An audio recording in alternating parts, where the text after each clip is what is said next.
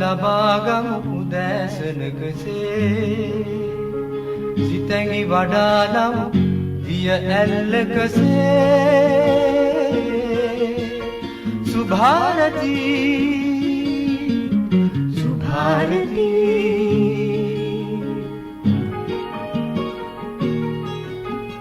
දෙසවන සරසන වදනින සිතුවිලි උපදින හඬකින ඔබගේ නිවහන සොයා ඇදේ සුභාරතී සුභාරතී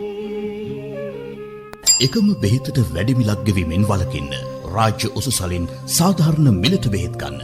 නැතහොත් ඕනෑම ෆාමස්කින් ඔබේ බෙහෙත් වට්ටෝරුවට SPC බෙහෙත්ම එල්ලන්න. රාජ්‍ය ඖෂධ නීතිගත සංස්ථාවේ පණිවිඩයකි. තත්වින් උසස් බෙහෙත් සාධාරණ මිලකට ගන්න රාජ්‍ය උසුසලට යන්න. නැතහොත් ඕනෑම ෆාමසියකින් ඔබේ බෙහෙත් වට්ටෝරුවට SPC බෙහෙත් මෙල්ලන්න. රාජ්‍ය ඖෂධ නීතිගත සංස්ථාවේ පණිවිඩයකි.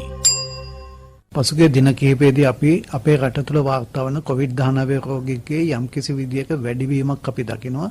ගණනාවකම මේ ආකාරයකින් කුඩා අනුපපුරු බේවින්න අවදානමක් දැනට මතුවලා තියෙනවා. මාරාන්තික සංකූලතා ඇති වූ පිරිස් සිටීද? එසේනම් ඒ කොපමණද? ඇස්ට්‍රාසෙනිකා එන්නත පමණක් නොව ඕනෑම එන්නතකින් සංකූලතා ඇතිවිය හැකි බව ප්‍රත්‍යක්ෂ කරුණකි. ජනතාවට කියන්නේ නැවත වතාවක් අපි යම්කිසි අවදානම් මට්ටමක ප්‍රමාණ ක්‍රමයෙන් එළඹෙමින් ඉන්නේ. පහුගිය කාල සීමාවේදී දැඩි සත්කාර ඒකක වලට අපි යොමු කරේ 30ත් 50ත් අතර වෙච්ච තරුණ අය සමහරුන්ට විශේෂිත වූ මොකක්වත් රෝගයක් තිබිච්ච නැති අය. ආයුබෝවන් සුබ උදෑසනක් ඔබට. සෞඛ්‍ය ශාස්ත්‍රයේ ඉහළ නිලධාරීන් විශේෂඥ වෛද්‍යවරුන් උගතුන් වියතුන් බුද්ධිමතුන්ගේ හඬ යලිත් අවදි කළ යුතු අපේ සෞඛ්‍ය පිළිබඳ තවදුරටත් සිතා බැලිය යුතු කාල පරිච්ඡේදයක් තමයි අපි මේ ගෙවමින් ඉන්නේ. ලෝක වසංගතයක අපිත් කොටස්කරුවෝ. අද බ්‍රහස්පතින්දා සෞඛ්‍යමය කරුණු පිළිබඳව කතා බහ කරන්නට ජාතික ගුවන් විදුලියත් ඔන්න වටිනා වූ ගුවන් කාලයක් වෙන් කරලා තිනවා මෙතෙන් සිට.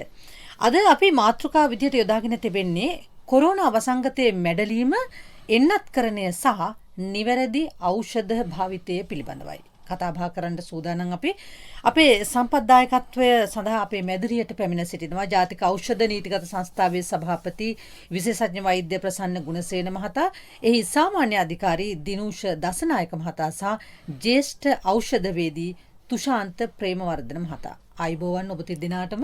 ආයුබෝවන්. කතා බහ ආරම්භ කරන්නට අපි කැමති ප්‍රසන්න ගුණසේන වෛද්‍යතුමනි, අලුත් අවුරුදු උත්සව සමයත් එක්කම කොරෝනා වසංගතෙන් දැන් අපි ඉන්නේ කොතනද? ඊටාම කාලෝචිත සහ වැදගත් ප්‍රශ්නයක් ඔබ ඇහුවේ. මම හිතන්නේ මේකට සවන් දෙන ප්‍රේක්ෂකයෝ ඉන්නවා නම්, අපේ අසන්නෝ ඉන්නවා නම්, ඒ අය ගෙවල් වල අයටත් කතා කරලා රේඩියෝ එක ළඟට එන්න කියන්න අවශ්‍ය වෙලාවක් මේක. ඔබේ ගුවන් විදුලි යන්ත්‍රයේ හඬ වැඩි කරන්න කළා මේක හොඳින් අහගන්න ඕන. ඔබ දන්නවා අපි අපේ රටේ කොවිඩ් වසංගතය සම්බන්ධයෙන් අවස්ථා ගණනාවක් පසු කරා. මූලිකවම ගිය අවුරුද්දේ අප්‍රේල් මාසයේ ඉඳලා අගෝස්තු සැප්තැම්බර් ඔක්තෝබර් වෙනකල් අපි ඊටාම හොඳ මට්ටමක මේක පාලනය කරගෙන හිටියා. නමුත් ඔබ දන්නවා ඔක්තෝබර් මාසයේ වෙනකොට අපේ රට හිතුවා, අපේ මිනිස්සු හිතුවා මේකෙන් අපිට ප්‍රශ්නයක් වෙන්නේ නැහැ කියලා. ඔවුන් සාමාන්‍ය ක්‍රමවේදයට තමන්ගේ ජීවනය ගත කරන්න පටන් ගත්තා. එතකොට අපේ නිරෝධායන නීති රීති, නිරෝධායන උපදෙස් නොතකමින් මිනිස්සු සාමාන්‍ය තත්ත්වයට පත් වෙන උත්සාහ කරා. මේකේ ප්‍රතිඵලයක් හැටියට ඔක්තෝබර් මාසයේ අපිට දෙවෙනි රැල්ලකට මුහුණ දෙන්න සිද්ධ වුණා ඉතා බරපතල ලෙස. ඒතර මේ දෙවෙනි රැල්ල වේගයෙන් පැතිරගෙන යනකොට අපි කොතරම් උත්සාහ කරත් ලංකාව තුල විවිධ පළාත් වලට මේක පැතිරිලා ගියා. දැඩි සත්කාරයකවල ඉන්න ලෙඩ්ඩු ගන්න වැඩි වුණා. දැඩි සත්කාරයක උපරිම මට්ටමටම පිරෙන මට්ටමට ආවා.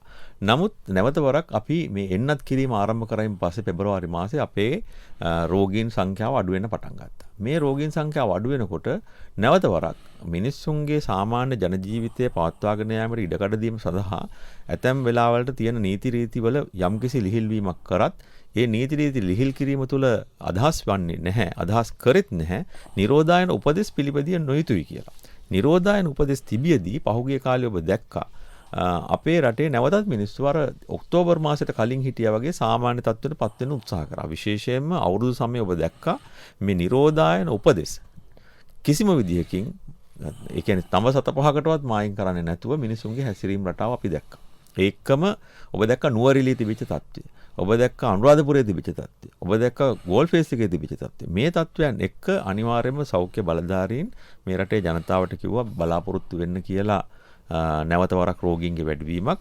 දැන් මේ පහුගිය දවස් දෙකට රෝහල් වලට 100 ගානකට රෝගීන් සංඛ්‍යාව වැඩි වෙලා තියෙනවා. ඒ කියන්නේ ඇතුල් වෙන ප්‍රමාණය. ඒතර ඇතුල් වෙන ප්‍රමාණය 100 ගානකට වැඩි වෙනවා කියලා කියන්නේ අනිවාර්යයෙන්ම දැඩි සත්කාර ඒකකවල ඉන්න රෝගීන් සංඛ්‍යාව වැඩි වෙනවා. ඒ එක්කම ඔබ දන්නවාද මේ ලෝකේ මේ වෙනකොට මේ වෛරස් එක මම මුලිනුත් මං හිතන්නේ ගිය අවුරුද්දේ මේක ප්‍රකාශ කරා.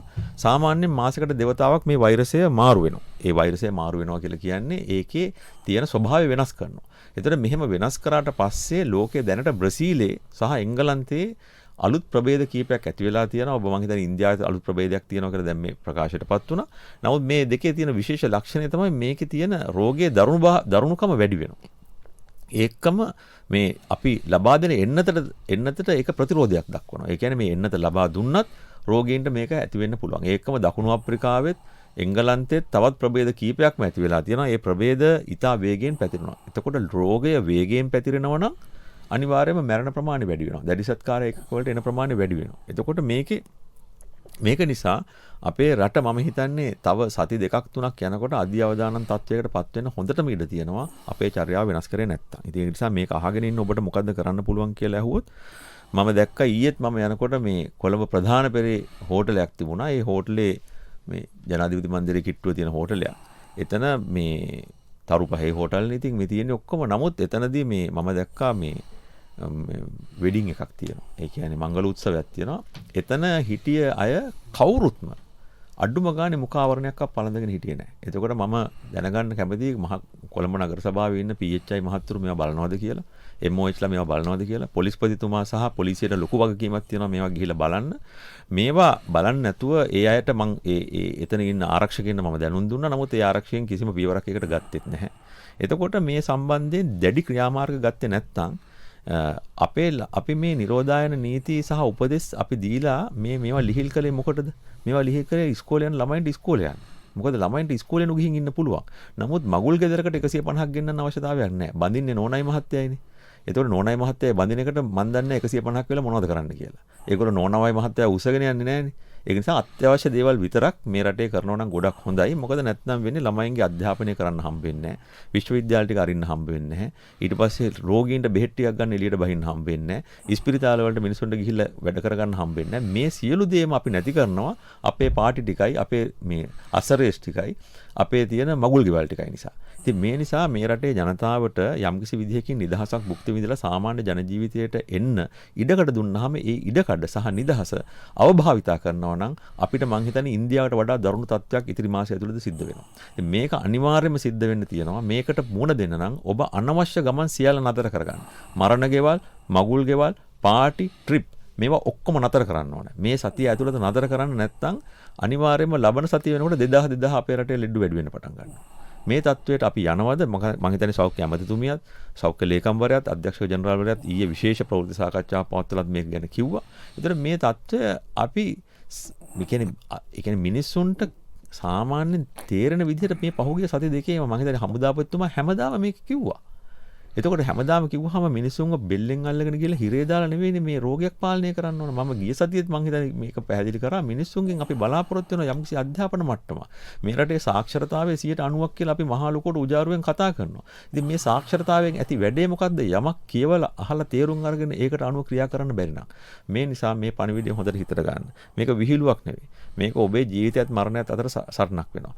ඔබ දන්නවා මම හිතන්නේ අපි ඉදිරියට මේ අද සාකච්ඡාවේදී අපි කරනවා අපේ රටට වැක්සින් ටික ගෙනල්ලා මේ වැක්සින් ටික ගැහුවාම ඉතුරු මාස කිහිපය ඇතුළත අපිට යථා තත්ත්වයට එන්න පුළුවන්. නමුත් ඒ එනකන් අපි අපේ නිරෝධායන උපදෙස් ටික පිළිපදින්න නැතුව හිටියොත් අපිට සම්පූර්ණයෙන්ම අපේ රටේ මිනිසුන්ගේ ජීවිත නැති වෙන්න පටන් ගන්නවා. මේ නැති වෙන්නේ වයසක අය විතරක් නෙවෙයි. තරුණ ළමයි නැති වෙනවා. දැන් ඉන්දියාවේ අවුරුදු 15, 13, 14, 12 වගේ වයස් කාණ්ඩවල ළමයි වේගයෙන් මැරෙන බව ඒගොල්ලෝ පවසලා තියෙනවා. ඒතර ඉන්දියාව කියලා කියන්නේ අපේ රටම වගේ තමයි. අල්ලපු වැටේ කියන්නේ මේ ඔහොම හුලඟිලුත් වෙන්න පුළුවන් මේවා.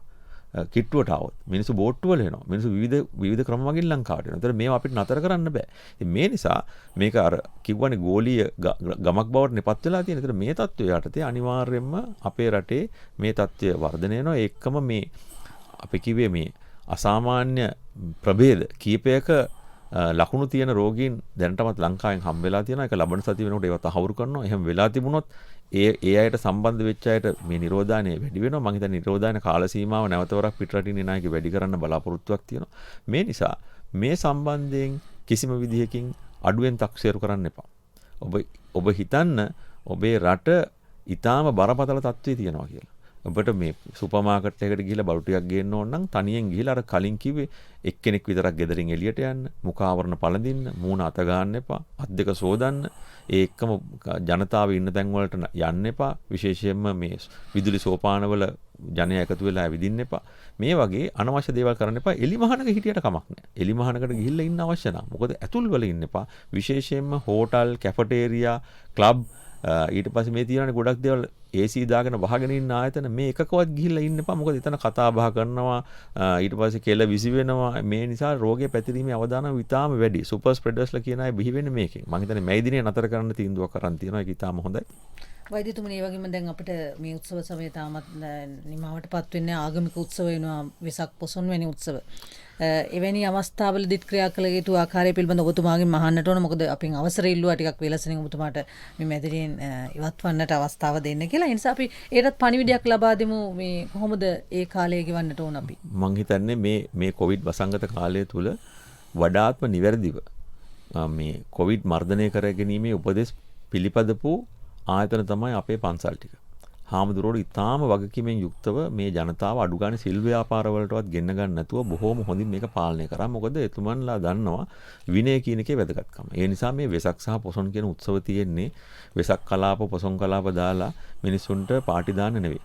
වෙසක් පොසොන් කියලා තියෙන බුදුරජාණන් වහන්සේගේ ගුණය මෙනෙහි කරලා ප්‍රතිපත්තිගරුකව ඉන්න. එතකොට භික්ෂුන් වහන්සේලා අදටත් කියන දේ තමයි මේ වෙසක් කලාප කිසියක් අවශ්‍ය වෙන්නේ නැහැ. මේවා එකක් මම හිතන්නේ ඒවා තියන්න හම්බ වෙන්නෙත් නැහැ. ඒ ගැන බලාපොරොත්තු තියන්නත් එපා අනවශ්‍ය පරිදි. ඒ නිසා ඒ සියල්ල නතර කරලා ගෙදරට වෙලා භාවනා කරන්න තමයි තියෙන වෙසක් දවසට. නොබියව ඒ කතාව කියනවා.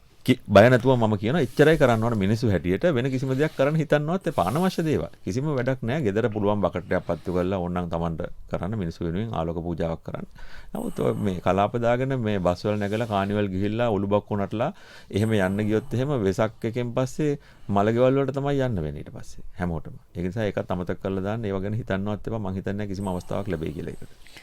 අද අපි කතා කරන්නේ කොරෝනා වසංගතයේ මැඩලීම, එන්නත්කරණය සහ නිවැරදි ඖෂධ භාවිතය පිළිබඳවයි. එකම බෙහෙතට වැඩි මිලක් ගෙවීමෙන් වළකින්න රාජ්‍ය උසුසලින් සාධාරණ මිලට බෙහෙත් ගන්න. නැතහොත් ඕනෑම ෆාමස්කින් ඔබේ බෙහෙත් වට්ටෝරුවට SPC බෙහෙත්ම එල්ලන්න. රාජ්‍ය ඖෂධ නීතිගත සංස්ථාවේ පණිවිඩයකි. තත්වින් උසස් බෙහෙත් සාධාරණ මිලකට ගන්න රාජ්‍ය උසුසලට යන්න. නැතහොත් ඕනෑම ෆාමසිකින් ඔබේ බෙහෙත් වට්ටෝරුවට SPC බෙහෙත් මේලන්න. රාජ්‍ය ඖෂධ නීතිගත සංස්ථාවේ පණිවිඩයකි. කොරෝනා වසංගතයේ මැඩලීම, එන්නත්කරණය සහ ඖෂධ භාවිතය පිළිබඳව කතා බහ කරන්නේ අපේ ප්‍රසන්න ගුණසේන වෛද්‍යතුමන් අපේ මැදිරියෙන් නික්ම ගියත් තවත් අපේ සම්පත්දායකයෝ දෙදෙනෙක් මැදිරියේ ඉන්නවා. ජාතික ඖෂධ නීතිගත සංස්ථාවේ සභාපතිතුමන් අපෙන් ඉවත් වුණා. මේ මොහොතේ මැදිරියෙන් ඉවත්ව ගියා. එහි සාමාන්‍ය අධිකාරී දිනුෂ දසනායක මහතා සහ ජ්‍යෙෂ්ඨ ඖෂධවේදී තුෂාන්ත ප්‍රේමවර්ධන මහත්මයා අපේ මැදිරියේ ඉන්නවා. අසාමාන්‍ය අධිකාරීතුමනි, ජාතික ඖෂධ නීතිගත සංස්ථාවට විශාල කාර්යභාරයක් පැවරෙනවා මේ එන්නත් ගෙන්වීමේ ක්‍රියාවලියේදී. අපි දැනගන්නට කැමති කොහොමද මේ ක්‍රියාවලිය ඔබතුමාලා දියත් කළේ? රාජ්‍ය ඖෂධ නීතිගත සංස්ථාව මේ කොවිඩ් වසංගතය ආරම්භ වෙච්ච අවස්ථාවේ ඉඳලම කොවිඩ් වසංගතය මැඩලීම සඳහා වන ජාතික කර්තව්‍යයේ කොටස්කාරයෙක් බවට පත් වුණා. විශේෂයෙන්ම කියන්න ඕන ශ්‍රී ලංකාවේ පළවෙනි කොවිඩ් රෝගියා වාර්තා වුණේ විදේශීය කාන්තාවක්. එතකොට ඒ වෙනකොටත් ශ්‍රී ලංකාව තුළ කොවිඩ් අවදානමක් පිළිබඳව කවුරුවත් වැඩිදුරට හිතලා තිබුණේ නැහැ. නමුත් ගෝලීය වශයෙන් මේ තත්ත්වය වර්ධනය වෙනකොට රාජ්‍ය ඖෂධ නීතිගත සංස්ථාව විදිහට අපි මේ කොවිඩ් වසංගතය මර්ධනය කිරීම සඳහා ඒ සමග සටන් කිරීම සඳහා අවශ්‍ය කරන එන්නත් පමණ නෙවෙයි වෙනට එන්නත් ගැන අපි කතා කරන්න පටන් අරගෙන තිබුණෙත් නැහැ. අවශ්‍ය වෛද්‍ය උපකරණ ඖෂධ සම්බන්ධව සූදානම් වීමක් සිද්ධ කරා. ඒ කාරණාව හින්දාම දේශීය වශයෙන් හම්බෙච්ච පළවෙනි කොවිඩ් රෝගියා IDH මේ රෝහලට ඇතුළත් කරයින් පස්සේ ඔවුන් අපෙන් ඉල්ලුවා හැකි ඉක්මනින් මෙන්න මේ දේවල් අපිට අවශ්‍යයි කියලා. මම කියන්න සතුටුයි පැය 24ක් ගත වෙන්නට මත්තෙන් ඔවුන් ඉල්ලපු ඒ සියලුම දේවල් සම්පූර්ණ කරලා දෙන්න අපි ඒ වන විට සූදානමින් හිටියා. ඒ ඇතැම් උපකරණ අපි සාමාන්‍ය වශයෙන් ශ්‍රී ලංකාවේ පාවිච්චි කරපු දේවලුත් නෙවෙයි. නමුත් අපේ පෙර සූදානමක් තිබුණ නිසා අපි අපේ වගකීම් මං හිතන හරියට ඉෂ්ට කරා. එතනින් තමයි අපි මේ කාර්යභාරය පටන් ගත්තේ. එතම් පටන් දිගටම අපේ කොවිඩ් මර්ධන වැඩපිළිවෙල යද්දී ඊට අවශ්‍ය කරපු සියලුම දේවල් අපි නිසි වේලාවට ලබා දීමට කටයුතු කරා. අපි අර මං කිව්ව පෙර සූදානම තිබුණු නිසා. තවත් දෙයක් මතක් කරන්න ඕන මේ අවශ්‍ය කරන උපකරණ සහ සියලුම දේවල් වලට ලෝකයේ පුරා ගෝලීය වශයෙන් විශාල ඉල්ලුමක් ඇති වුණා. ඒ ගෝලීය වශයෙන් විශාල ඉල්ලුම ඇතිවෙද්දි තමයි ශ්‍රී ලංකාව තුළ අවශ්‍යතාවයට අවශ්‍ය දේවල් මිලදී ගැනීමට අපිට සිද්ධ වුණේ. ඉතින් අපි එතනදී සාර්ථක වුණා. අපිට හැකියාවක් ලැබුණා අපේ සැපයීම්කරුවන්ගේ මාර්ගයෙන් ඒ දේවල් ලබා දෙන්න. විශේෂයෙන්ම ඔබ දන්නවා අපි මේ කොරෝනා ටෙස්ට් කිට්ස් මේ කොවිඩ් වසංගත තත්ත්වය හඳුනා ගැනීමට පරීක්ෂණ කරන්න අපි ආරම්භ කරයින් පස්සේ ඒ කොරෝනා ටෙස්ට් කිට්ස් ඒවා ලංකාවේ තිබුණේ නැහැ. අපි කලින් ගෙනලා තිබුණෙත් නැහැ. නමුත් ඒ වන විට ගෝලීය වශයෙන් විශාල ඉල්ලුමක් ඇති වෙලා තිබුණා. නමුත් ඒ නිෂ්පාදකයන් සමග ඍජුව මැදිහත් වෙලා කතා කරලා අඩුපාඩුවකින් තොරව ඒ පරීක්ෂණ කරන්න ගෙන්න පුළුවන් වුණා. ඊට පස්සේ අපි එන්නත්කරණය සම්බන්ධව කතා කරන්න පටන් ගත්තයින් පස්සේ අපි මුලින්ම මේක පටන් ගත්තේ රුසියාවේ ස්පුට්නික් V කියන එන්නත සම්බන්ධයෙන් තමයි අපි. මොකද ඒ වනකොට අනිකුත් එන්නත් සම්බන්ධයෙන් කටයුතු කරන සමාගම් වල දේශීය නියෝජිතයෝ ලංකාවේ හිටියා. නමුත් ස්පුට්නික් V කියන ඖෂධ මේ එන්නත සම්බන්ධයෙන් දේශීය නියෝජිතයෙක් හිටියේ නැහැ. ඉතින් අපි උන්ට කතා කරා. අපි උන්ට කතා කරලා උන්ගේ දේශීය නියෝජිත භාවය අපි ඒ තත්ත්වය ලබා ගත්තා. ලබාගෙන ඇත්තටම අපි ගිය අවුරුද්දේ නොවැම්බර් මාසේ අග ස්පුට්නික් V එන්නත පටන් ගන්නකොටම ඒ අවශ්‍ය කරන කටයුතු ටික සිද්ධ කරා. අපි මුලින්ම ස්පුට්නික් V එන්නත තමයි ලියාපදිංචි සඳහා ඉල්ලුම්පත් ඉදිරිපත් කරේ. ඊට පස්සේ අපිට කොවිෂීල්ඩ් එන්නත ඉන්දියාවේ නිෂ්පාදනය කරන කොවිෂීල්ඩ් එන්නත අපිට ඉන්දියාවෙන් ලැබුණා ප්‍රධානයක් විදිහට. ඒ ප්‍රධානයක් විදිහට ලැබෙන අවස්ථාව වන විට ශ්‍රී ලංකාවේ එන්නත ලියාපදිංචි කිරීමට අවශ්‍ය කරන සියලුම කටයුතු රාජ්‍ය ඖෂධ නීතික සංස්ථාව විසින් සිද්ධ කරලා තිබුණේ. මේ අතරතුර රජය පත් කරා ශ්‍රී ලංකා රාජ්‍ය ඖෂධ නීතික සංස්ථාව ශ්‍රී ලංකාවට එන්නත් ගෙනවීමේ එකම බලයලත් නියෝජිතයා විදිහට. ඉතින් ඒ ආකාරයෙන් අපිට කොවිෂීල්ඩ් එන්නත ගන්න පුළුවන් වුණා. ප්‍රධානය ලැබුණා. අපි මිලදී ගැනීමකුත් සිද්ධ කරා. එන්නත් මාත්‍රා මිලියන් 10ක් අපිට සැපයීමට මේ අවුරුදු තුල එකගතාවයක් අපි ඇති කරගත්තා. ඒත් එක්කම ස්පුට්නික් V එන්නතරත් අපිට ඖෂධ නියාමන අධිකාරියේ අනුමැතිය ලැබුණා. ඒ අනුමැතිය ලැබුණයින් පස්සේ මේ වෙද්දී එයින් එන්නත් මිලියන් 13ක් මේ අවුරුද්ද අතරතුර අපිට ලබා දීමට අපි එකගතාවයක් ඇති කරගෙන තියෙනවා. ඒ එන්නත් තොගයේ පළවෙනි තොගය ලබන සතියේ අපිට ලැබීමට නියමිතයි. අපි ඊයේ දිනේ සඳහා ගෙවීම් සිද්ධ කරා ලැබීමට නියමිතයි. මීට අමතරව මේ අපි දන්නවා මේ එන්නත්කරණයේ මේ ගෝලීය වශයෙන් තියෙන ඉල්ලුම අනුව අපිට එක එන්නතක් මත එන්නත් දෙකක් මත අපිට පිටලා කටයුතු කරන්න අමාරුයි. මොකද මේ වගේ සැපියුම් සම්බන්ධ විටින් විට විවිධ උච්චාවචනයන් සිද්ධ වෙනවා. ඒක නිසා අපි ලෝකයේ මේ වනවිට නිෂ්පාදනය කරන සියලුම එන්නත් තුළ නිෂ්පාදකින් සමග සාකච්ඡා පවත්වාගෙන යනවා. ඊයේ දවසේත් ෆයිසර් එන්නත සම්බන්ධව ලෝක සෞඛ්‍ය සංවිධානය මුලින්ම අනුමත කරපු එන්නත සම්බන්ධව ඊයේ දවසෙත් අපි සාකච්ඡාවක් පැවැත්තුවා. ඒ සාකච්ඡාවත් ඉතාමත්ම සාර්ථකයි. ඔවුන්ත් අපිට මූලික වශයෙන් මේ අවුරුද්ද තුළ එන්නත් මිලියන මාත්‍රා 7ක් ලබා දීමට එකගතාවය පළ කරලා තියෙනවා. දිනුක මහත්මයා ඒ වුණාට සමාජ ඇතැම් සමාජ මාධ්‍ය ජාල හරහා කියවෙනවා මේ එන්නත ප්‍රමාද වෙනවා, ඒ වගේම මේ ලැබෙයිද කියලා විශ්වාසයක් නැමේ ආදී දෙවෙනි මාත්‍රාව පිළිබඳ ගැටලු තියෙනවා. මෙන්න මේ පවතින කතා බහ තුළ සත්‍යයක් තියෙනවද? මෙහෙමයි ඔය කතා කරන්නේ මම හිතන්නේ අපි කියන මේ කොවිෂීල්ඩ් එන්නත AstraZeneca එන්නත කියලා ඕන කට්ටිය දන්න ඉන්දියාවේ නිෂ්පාදනය කරන කොවිෂීල්ඩ් එන්නත සම්බන්ධව තමයි ඔය කතා බහ ඇති වෙලා තියෙන්නේ. අර මං කිව්වා වගේ කොවිෂීල්ඩ් එන්නත මිලියන මාත්‍රා 5ක් අපිට ප්‍රධානයක් විදිහට ලැබුණා. අපි මිලදී ගැනීමක් විදිහට තව මිලියන් මාත්‍රා 5ක් ලබා ගත්තා. ඊට අමතරව අපිට ලෝක සෞඛ්‍ය සංවිධානයේ වැඩ පිළිවෙල යටතේ තවත් එන්නත් මිලියන් මාත්‍රා 2,65,000ක වගේ ප්‍රමාණයක් ලැබුණා. මේකෙන් තමයි අපි එන්නත් කරන්නේ ශ්‍රී ලංකාව තුළ ආරම්භ කරේ. එතකොට පළමු වටේ එන්නත් ලබා දීලා මේ වන විටත් දෙවන වටේ එන්නත් කරණය ආරම්භ කරන්න අවශ්‍ය කරන ඖෂධ තොග අපේ වසංගත රෝග විද්‍යාංශය සතුව තියෙනවා. ඒත් එක්කම මේක අපි බලාපොරොත්තු වෙනවා අපේ මිලදී ගැනීමේ දෙවෙනි තොගය විච්ච එන්නත් මාත්‍රා 5,00,000 අපිට මේ මාසය තුළ ලැබෙයි කියලා අපි බලාපොරොත්තුවෙන් ඉන්නවා. මේක මේ ප්‍රශ්නේ ඇති වුණේ ඉන්දියාව තුළ ඇතිවෙච්ච තත්ත්වය මත. ඉන්දියාව මුලින්ම මේ එන්නත පිටරටවල් වලට යවන එක නවත්තවුවා. ඒක ඉන්දියාව රජය ගත්ත තීරණයක්. ඒකට ඒකත් එක්ක අපිට අර බලාපොරොත්තු වෙච්ච විදිහට බලාපොරොත්තු වෙච්ච වෙලාවේ එන්නත් මාත්‍රා 5,00,000 ලැබුණේ නැහැ. නියමිත කාලේ ලැබුණේ නැහැ. නමුත් අපි මේ සම්බන්ධව අපේ සභාපතිතුමාගේ මැදිහත් වීමෙන් රජය මැදිහත් කරගෙන රජය මගින් රාජතාන්ත්‍රික මැදිහත් වීමක් ලබාගෙන තියෙනවා.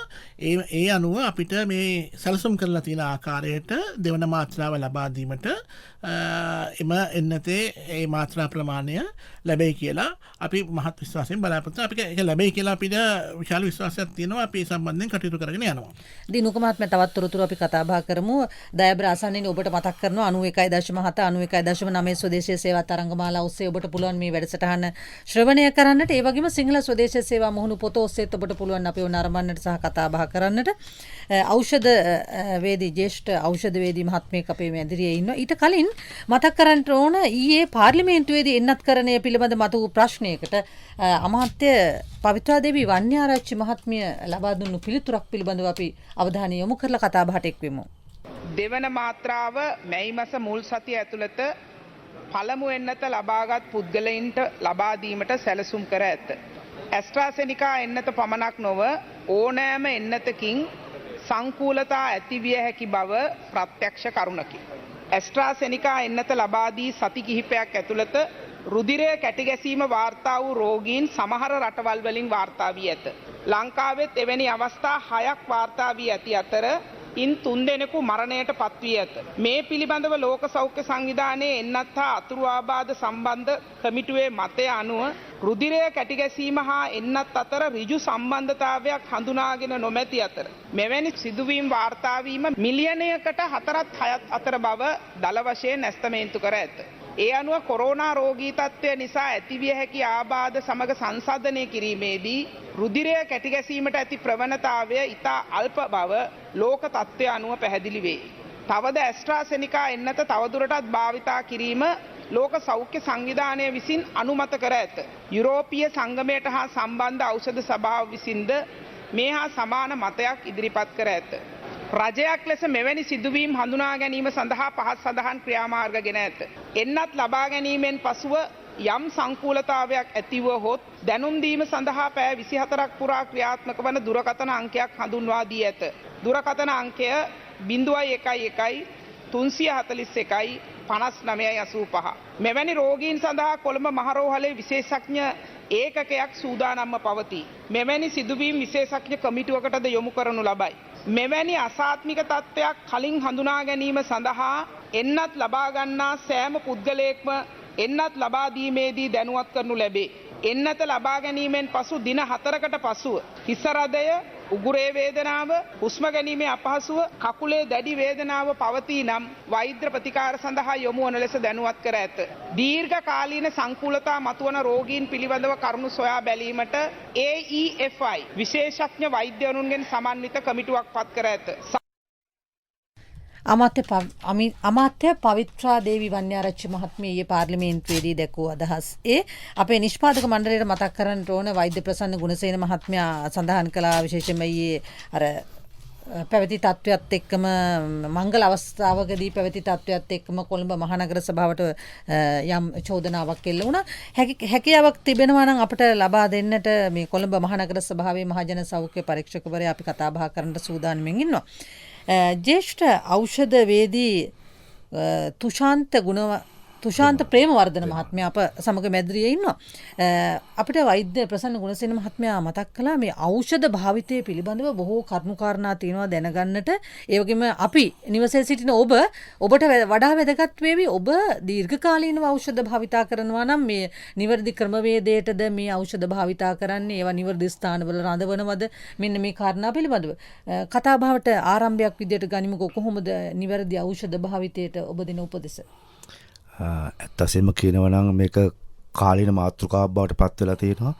හේතුව වෙලා තියෙන්නේ අපි සාමාන්‍යයෙන් රෝගී තත්ත්වයක් ඇති වුණාම දැඩි උනන්දුවක් දක්වනවා වෛද්‍යවරයෙකුට පෙන්වන්න ඒ රෝගියාව.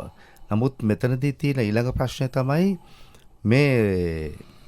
මේ තියෙන උනන්දුව ඖෂධ භාවිතයට තියෙන උනන්දුව ඉතාමත් අඩු තත්ත්වයක අපි දකින්නේ. හේතුව වෙලා තියෙන්නේ ඒ සම්බන්ධයෙන් තියෙන ඇත්ත වශයෙන්ම අව탁සේරුවක් තියෙන. ඒගොල්ලෝ හිතනවා මේ වෛද්‍යවරයාට පෙන්වුවාම ඒ ඔක්කොම හරි කියලා. නමුත් අපි දැකලා තියෙන දැන් අපි අවුරුදු 25ක් තිස්සේ අපි තියෙන අත්දැකීම් වලින් අපි දැකලා තියෙනවා එන රෝගීන් කියන්නේ ඒකට දක්වන උනන්දුව විතරක් නෙමෙයි ඒ කියන්නේ වගකීමකුත් නැහැ. ඒ කියන්නේ ඒ ඖෂධ ගන්න ආපුවාන් පස්සේ ඉක්මනින් අරගෙන යන්න තත්ත්වයක් තමයි අපි දකින්නේ. ඒ කියන්නේ සාමාන්‍යයෙන් සුපර් මාකට් එකට ගියාමත් බලන්නේ අඩුම කාලෙකින් මේ ඒ අවශ්‍ය කරන භාණ්ඩ අර එළියට එන එකනේ. ඒ සංකල්පයෙන්ම තමයි මේ ඖෂධ සම්බන්ධව දක්වන්නේ. එහෙම කරන්න බෑ. මොකද මේක කියන්නේ ලේසි පහසු දෙයක් නෙමෙයි. ඖෂධයක් නිකුත් කරනවා කියන්නේ රෝගියෙකුට ඒක නීත්‍යානුකූල භාවයකුත් තියෙනවා. අපි සාමාන්‍යයෙන් ඔසුසලකට වෛද්‍යවරයෙක්ගේ ඒ කියන්නේ ප්‍රෙස්ක්‍රිප්ෂන් එකක් තුණ්ඩුවක් හම්බුනාන් පස්සේ වෛද්‍ය වට්ටෝරුවක් හම්බුනාට පස්සේ බලන්න ඕන කාරණා ගොඩාක් තියෙනවා. ඒ කියන්නේ පැහැදිලිව ලෙඩාගේ නම ලියලා තියෙනවද? ඒ නියමිත දිනේ හරිද දිනේ දාලා තියෙනවද? ඒ වගේම ඖෂධ පැහැදිලිව ලියලා තියෙනවද? ඒ ඖෂධවල සැර ප්‍රමාණය, මාත්‍රාව, ඒ වගේම බොන්න ඕන කාල සීමාව. සමහරක් වෙලාවට වෛද්‍යවරුත් සාමාන්‍ය මිනිස්සු නිසා සමහරක් වෙලාවට මේ මාත්‍රාවන් වර්ධනය වෙලාවල් තියෙනවා. එතනදී අපි මාත්‍රාවන් වැඩිලා තියෙනවා නම් අපි වැදගත් වෙනවා. සමහරක් වෙලාවට වෛද්‍යවරයා එතුමාගේ මේ දුරකථන අංකය සඳහන් කරලා තියෙනවා සීල් එකේ. අපි බොහෝලට කරන්නේ ඒවලට කතා කරලා නැත්තම් ලෙඩාගතේ ලියුමක් ලියලා අරිනවා අපි මෙහෙම මේ මාත්‍රාව ඉක්මවලා තිනවා. ඒ සම්බන්ධයෙන් කියන්නේ ඒක උමනාවෙන්ද කරලා තියෙන නැත්තම් වැරදීමකින්ද කියලා අපි ඒ වගේ කටයුතුත් බලනවා. ඊළඟට අපි බලනවා අන්තර් ප්‍රතික්‍රියා තියනවාද කියලා. අපි පැහැදිලිවම දන්නවා මේ සියලුම දේවල් බෙහෙත් කියලා තියෙන රසායනික ද්‍රව්‍ය. අපි සාමාන්‍ය ජන ජීවිතය අපි දන්නවා සාමාන්‍යයෙන් අපි වරකත් එක්ක ජම්බු කන්නේ. මොකද අපි දන්නවා ඉන්තේරුවෙන්ම බඩේ අමාරු හැදෙනවා කියලා. ඉතින් ඒ වගේ මේ ඖෂධ අතරත් තියෙන අන්තර් ප්‍රතික්‍රියා. දැන් මේ ක්‍රියාවන් මේ සියල්ල බලලා අපි අවසානයේදී ඒකට මූලික වශයෙන් ආය නැවත සැරයක් අපි බලනවා මේ লীලා තියෙන වෛද්‍යවරයා නියම වෛද්‍යවරයෙක්ද කියලා. මොකද එතුමාගේ නම තියෙන්න ඕන පැහැදිලිව. ඒ වගේම වෛද්‍ය සභාවේ ලියාපදිංචි අංකේ තියෙන්න ඕන. අපි සැක හිතුනොත් අපි එවැනි පරීක්ෂාකුත් කරලා බලනවා. මොකද ගොඩාක් වෙලාවට විශාල වශයෙන් වෛද්‍ය වෘත්තිය නිරතව සුසුකම් නැති අය. ඉතින් මේ සියල්ල බලලා ඒකම මේ තුණ්ඩුවේ අපි අනිවාර්යයෙන්ම කොපියක් තියා ගන්න ඕනේ. මේක නඩු භාණ්ඩයක්. ඒ වගේම මේක යම් කිසි අවස්ථාවකදී උසාවියෙන් ඉල්ලුවොත් ලෙඩාගේ මරණයක් වෙලා හරි නැත්නම් අමාරු වෙලා හරි නීතිමය කටයුත්තකදී මේකේ කොපියක් අපි අවුරුදු 2ක් යනකම් තියා ගන්න ඕන යම් කිසි නීතිමය කටයුත්තක් සඳහා ඉදිරිපත් කරොත්. හැබැයි තුෂාන්ත මහත්මයා අපිට පුරුදු වෙලා ඉන්නේ අපි සමහර වෙලාවට බෙහෙත් ටික ගත්තන් පස්සේ ඒ තුණ්ඩුව පිළිබඳව ඒ තරම් සැලකිලිමත් වෙන්නේ නැහැ. තව පැය දෙකක් යනකොට සමහර වෙලේ තුණ්ඩු හොයාගන්න බැරි වෙනවා. එතකොට දවස් ගාණක් වසරක් ඒ වගේ තියාගන්නේ නැහනේ. දැන් අපි ඔබ සිතාවේ මේ තරම් වැදගත්ද මේ බෙහෙත් මේ තුණ්ඩුව නැත්නම් මේ වට්ටෝරුව කියලා? ඔව් ඇත්තටම කියනවා නම් එවැනි තත්ත්වයක් ඇති වුණා දැන්ට දශක කිහිපයකට කලින් දෙවගති මැතිව් පිරිස් පියතුමාගේ එතන ඒ නඩු සම්බන්ධයෙන්. මොකද අපි සාමාන්‍යයෙන් එවැනි කෙනෙක් ආවොත් අපි කියන්නේ ඒ පැවිදි අය ආවම පස්සේ විශේෂ සැලකිල්ලක් දක්වනවා. අත්‍තරම එතනදී තුණ්ඩුවක් නැතුව තමයි එතුමාට බෙහෙත් නිකුත් කරලා තිබුණේ. ඉතින් එතනින් මිනිමරුමක් සිද්ධ වෙලා තිබුණා. ඒ නිකුත් කරපුවත් නීති හමුවට ගෙනියන්න සිද්ධ වුණා. ඒ නිසා මේකේ බරපතලකම ගොඩක් වෙලාවට දන්නේ නැහැ මේ රෝගීන්. ඇත්තටම රෝගීන් හැටියට ඔවුන්ගේ අයිතිවාසිකම උන් දන්නෙත් නැහැ රෝගියෙක් හැටියට. ඉතින් මෙවැනි කාරණා සම්බන්ධයෙන් අප වැඩි දුර දැනගන්න ඇත්ත වශයෙන්ම කියනවා නම් රාජ්‍ය උසවල් වලට આવොත් අපිට මේ එන රෝගීන්ට දැනගන්න පුළුවන්. නමුත් ප්‍රශ්නේ තියෙන්නේ ඔවුන් එවැනි උනන්දුවක් දක්වන්නේ නැහැ ඇත්තටම. කතා බහ කරමු තවත් තොරතුරු කෙටි විරාමයක් අරගෙන. එකම බෙහෙතට වැඩි මිලක් ගෙවීමෙන් වළකින්න රාජ්‍ය උසුසලින් සාධාරණ මිලට බෙහෙත් ගන්න.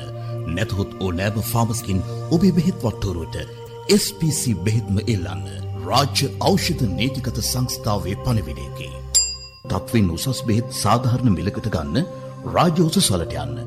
නැතහොත් ඕනෑම ෆාමසිකින් ඔබේ බෙහෙත් වට්ටෝරුවට SPC බෙහෙත්ම එල්ලන්න. රාජ්‍ය ඖෂධ නීතිගත සංස්ථාවේ පණිවිඩයකි. අද අපි සුභාරති මාතෘකා විදිහට යොදාගත්තේ කොරෝනා වසංගතයේ මැඩලීම එන්නත්කරණය සහ නිවැරදි ඖෂධ භාවිතය පිළිබඳවයි.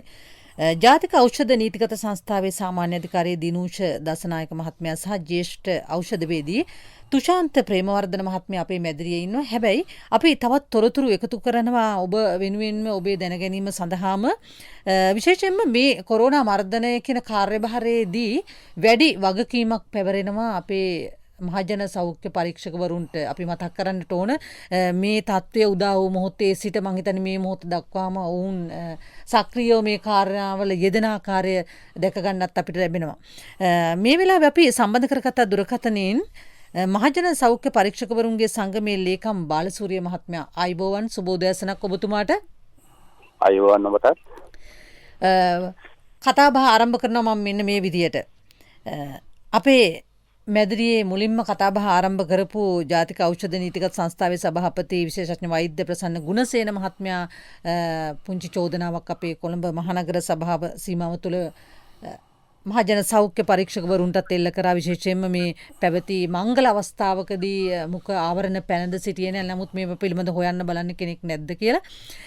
මේ පොදු ප්‍රශ්නයක් විදිහට අරන් කතා බහ කරමු බාලසූරිය මහත්මයා. ඔබ මොකක්ද මේ සම්බන්ධයෙන් කියන්නේ? විශේෂයෙන්ම මේ ජනතාව දැනුවත් කිරීමේ කාර්යභාරයේදී මංගල උත්සව ඒ වගේම අවමංගල උත්සව මේවට දැන් අපි යා යුතුද? යා යුතු පිරිස සීමා විය යුතුද? නැත්නම් අපි සීමාව ඉක්මවලා අපි කොරෝනා වලින් නිදහස් වුණා කියලා කටයුතු කිරීමේ හැකියාවක් තියෙනවද? ඔව් ඇත්තටම ඉතින් ඊටම සංවේදී කාරණාවක්. මොකද අවමංගලයක් කියන්නේ අපිට ඒක නතර කරන්න බැහැනේ. කෙනෙක්ගේ මරණයක් සිදු වුණාට පස්සේ කටයුතු කොහොම හරි ඥාතීන් බලන්නේ ඒ කටයුතු ඔහුට ගෞරවයක් වෙන විදිහට පවත්වන්න. ඉතින් මේ අවස්ථාවේදී අපේ සිංහල හෝ අපේ සාමාන්‍ය සංස්කෘතිය තුළ සම්ප්‍රදායක් මේක හැමෝටම දැනුම් දීලා ඊට පස්සේ මේක බැඳිච්ච ආගමික චාරිත්‍ර හරියාකාර ඉෂ්ට කරමින් විශාල පිරිසක් සම්බන්ධ කරගෙන කරන එකක් අපේ සිංහල සංස්කෘතිය තිබුණ එකක්. ඒත් එක්ක මේ COVID-19 එක්ක මේ කටයුතු යම් ආකාරයකට මිනිසුන්ට නුපුරුදු තත්ත්වයක්. ඒ තත්ත්වයට යම් අය අනුගත වෙමින් පවතුනා. ඇතැම් අය අපි දකිනවා පෞද්ගලික කාලය තුළ මේකට වැරදි පූර්වාදර්ශ සමහර දුන්නා. මම ඒ ගැන මේ වෙලාවේ කතා කරන්න කැමති නැහැ. මේකෙන් පිටි වෙලාවක් මට තියෙන හින්දා මේ සමහර ප්‍රභූ පන්ති වෙන්න පුළුවන්. ඒ වගේ අවස්ථාවලදී පවා වැරදි පූර්වාදර්ශ ජනතාවට ලබා දීම වගේ ජනතාව උනත් හිතනවා අහවල් අය මේ විදිහට කරනවා නම් අපි මොකද මේ වගේ තත්ත්වයකට මෙයා වෙන්නේ අපේ එකක් මේ ආකාරයට කටයුතුයි කියන එක. ඉතින් එවැනි තත්ත්වයක් කරනවා. ඒක නිසා අපි ඉල්ලීමක් කරන්නේ ඇත්තටම මෙවැනි දේවල් ඒ මලගිය ඥාතිතා එහෙම නැත්නම් මියගිය පුද්ගලයා ගන්න තමන්ට කොමන විදිහේ ගෞරවයක් දක්වනවද නැද්ද කියන එක. ඉතින් කොහොමවත් බෞද්ධයෙක් නම් බෞද්ධයෙක් ඉතින් ආගමික චාරිත්‍ර වාරිත්‍ර හින්දු ආගමික චාරිත්‍ර වාරිත්‍ර ඉස්ලාම් ආගමේ තියෙන මේ ආකාරයට ඉතාමත්ම ඡාම් මේ රට තුළ පවතින වාතාවරණය තේරුම් අරගෙන කටයුතු හැකි ඉක්මනින් ඉෂ්ට සිද්ධ කරලා මලගේ ඥාතියටත් පින්නත් වෙන විදිහට එහෙම නැත්නම් ඒ කටයුතු අනිත් අයට ආදර්ශයක් දෙමින් කරන්න කියන එක තමයි අපි නිරන්තරයෙන් මේවා කරන්නේ. ඊළඟ ඔබ කාරණේ තමයි විවාහ මංගල උත්සව වගේ කාරණා. ඉතින් මේවා සමහර කට්ටිය ඇත්තටම අපි ළඟට එනකොට මේ අවසරයක් ලබා ගන්න හෝ මේ සම්බන්ධයෙන් උපදෙසක් ගන්න මේ සම්බන්ධයෙන් උපදෙස් ලබා දීම සිදු කරාදී ඇතැම් අය ඒකට වැඩි කැමතිනේ අනුගත වෙන්න. මොකද දැන් සමහර ඇතැම් බොහෝ අය සාමාන්‍යයෙන් විවාහය කියන්නේ ජීවිතේ එක අවස්ථාවක ඉතාමත්ම උත්සවස්ත්‍රියෙන් සමරන්න බලාගෙන ඉන්න සෑහෙන කාලයක් ඉස්සෙල්ලා සඳහා ප්ලෑන් කරලා මේ මංගලකාරී ඉඳන් ආභරණ ඉඳන් නැටුම් කණ්ඩායමේ සිටන් මේ වගේ විශාල වශයෙන් මේකට වේග මහන්සි වෙනවා. තමන්ගේ ධනය යොදවනවා. ඉතින් නමුත් ඔවුන් හිතන්නේ මේ රට තුළ මේ වගේ වසංගත තත්ත්වයක් තියෙනවා. ඒ නිසා අපේ කටයුත්ත කොහොම හරි විශාලව වැඩි පිරිසක් ගන්න කරගන්න තමයි බලන්නේ. ඒකත් එක තමයි මේ වගේ තත්ත්වයන් ඇති වෙන්නේ. ඒ වගේම ඔබ කියපු ආකාරයට සමහර පිරිස් පිළිබිලින්නවා යම් ආකාරයේ මුදල් අසමිතේ තියෙන අය. ඔය වගේ විශාල ප්‍රමාණයේ අසමාන මුදල් ගෙවන්න හැකියාව තියෙන අය තරුපන්ති හෝටල් වල මේවා ගත්තාම මේ වගේ අනික් කට්ටිය හොයාගන්න නැහැ. අනික් කට්ටියකින් වහන් වෙලා මේ දේවල් කරන්න පුළුවන් කියලා. හැබැයි මේ වෛරසයෙන් වහන් වෙන්න හැකියාවක් කෙනෙක් අවබෝධ කරගත යුතුයි. යම් කිසි සෞඛ්‍ය නිලධාරීන්ගෙන් වහන් වෙන්න පුළුවන් වුණාට ඔබ සියපු කාණයට යම් කිසි චෝදනා කරන්න පුළුවන්. මේක හැම වෙලාවෙම හොයා බලන්න ඉතිහාස කියනවාද කියන එකේ මෙතන ගැටලුකාරීතාවක් තියෙනවා. මොකද කොළඹ මහනගර සභා සීමාවේදී හෝටල් මං හිතන්නේ ගණනය කරන්න බැරි තරමට ප්‍රමාණයක් තියෙනවා. මෙවැනි විශාල ප්‍රමාණයේ හෝටල් කීපයක් තිබුණාට මේ වගේ තත්ත්වයක් තුළ කොළඹ මහනගර සීමාවේ මහජන සෞඛ්‍ය පරීක්ෂකවරුන් ඉන්නේ 60කට අඩු සංඛ්‍යාවක්. ඉතින් ඔවුන් මේ කාර්යයේදී පූර්ණකාලීනව දිවා රාත්‍රී වෙහෙසෙනවා. මොකද රෝගීන් ප්‍රවාහනය කිරීම, PCR පරීක්ෂණ ලක් කිරීම, ආශ්‍රිතයන් හොයා යාම වගේ විශාල කාරණා රාශියක් කොවිඩ් විතර නෙවෙයි අනිකුත් තත්ත්වයන්ුත් කළමනාකරණය කරගනිමු. ඉතින් ජනතාවගේ වගකීම තමයි අපි මෙහිදී මේවා කරන්නේ. Taman දන්නවා Taman ජීවත් වෙන්නේ කුමන රටකද. දැන් මේනකොට ඉන්දියාව වගේ ආසන්න රටවල් වල ඇතිලා තියෙන තත්ත්වය හා එමගින් ලංකාවට තියෙන බලපෑම. ඒ වගේම ලංකාවේ දැන් ඇතිවීම පවතින තත්ත්වය කල්පනාකරණය කරගත්තේ නැත්නම් Taman විරින් මේක කරාගත්තා වෙන්න පුළුවන්. ඥාතියගේ මලගෙදර කරා වෙන්න පුළුවන්. හැබැයි එතනින් ඊට පස්සේ සමාජයට කී දෙනෙක් කොවිඩ් රෝගීන් බිහි කරනවාද කියන එක අනිහිතාබල යුතුයි. ඒ වෙලේ තත්ත්වයක් තුළ මොකද අපිට සායනික පරීක්ෂාවකින් එහෙම නැත්නම් PCR පරීක්ෂාවකින් තොරව මේ රෝගී හඳුනා ගන්න හැකියාවක් නැති නිසා. ඉතින් ඒක නිසා අපි නිරන්තරයෙන් මතක් කරලා තියෙන්නේ මේ නීතියේ යම් ප්‍රතිපාදන තිබුණත් නීතියට එහා ගිය සමාජ වගකීමක් හැම පුරවැසියෙකුටම තියෙනවා. Taman ශ්‍රී ලාංකිකයෙක් විදියට Tamanගෙන් හෝ Tamanගේ අසල්වාසීන්ගෙන් ඥාතියෙක්ගෙන් මේ රෝගය රට තුළ ඉන්න තවත් කෙනෙකුට බිහි කරලා ඇති කරලා තවත් පොකුරක් බිහි කරලා මේ රටේ අවාසනාවන්ත තත්ත්වයක් ඇති නොකරීමේ වගකීම Taman ඉෂ්ට කරන්න කියන එක තමයි අපි නිරන්තරයෙන් මතක් කරන්නේ. අපි ඉතාමත්ම ස්තුතිවන්ත වෙනවා මහජන සෞඛ්‍ය පරීක්ෂකවරුන්ගේ සංගමේ ලේකම් බාලසූරිය මහත්මයාට. එතුමා ඉතාමත්ම වැදගත් කාරණාවක් කිව්ව. නීතියට එහා ගිය පුරවැසි වගකීම අපි ඉටු කරමු කියන කාරණාව. ජාතික ඖෂධ නීතිගත සංස්ථාවේ සාමාන්‍ය අධිකාරීතුමනි, ඔබතුමා මෙහි රැඳී සිටින නිසා පරිපාලන කටයුතු පිළිබඳ වැඩි වගකීම ඔබතුමාට එම සංස්ථාවේ පැවරෙනවා. දැන් මම මෙහෙම ප්‍රශ්නයක් අහුවොත්, හදිසි අවස්ථාවකදී ප්‍රතිකාර සඳහා අවශ්‍ය වන්නා වූ සියලු ඖෂධ සූදානම්ද? පැහැදිලිවම ඒකට දෙන්න තියෙන උත්තරය තමයි ඔව් කියන එක. මම අර කලින් කිව්වා වගේ මේ ගෝලීය වසංගත තත්ත්වය ඇතිවෙච්ච අවස්ථාවේ ඉඳලම අපි මන අවබෝධයකින් යුක්තව මේ පිළිබඳ කරුණු සොයා බලමින් අපි දැන් මෙතනදී අපි කතා කරන්නේ මූලික වශයෙන් රටේ කතා වෙන්නේ එන්නත ගැන විතරයි. නමුත් මේ එන්නත් කරණයත් එක්ක බැඳිච්ච විශාල වැඩපිළිවෙලක් තියෙනවා. මේ වැඩපිළිවෙලට අවශ්‍ය කරන විශාල වශයෙන් අවශ්‍ය සම්පත් තියෙනවා.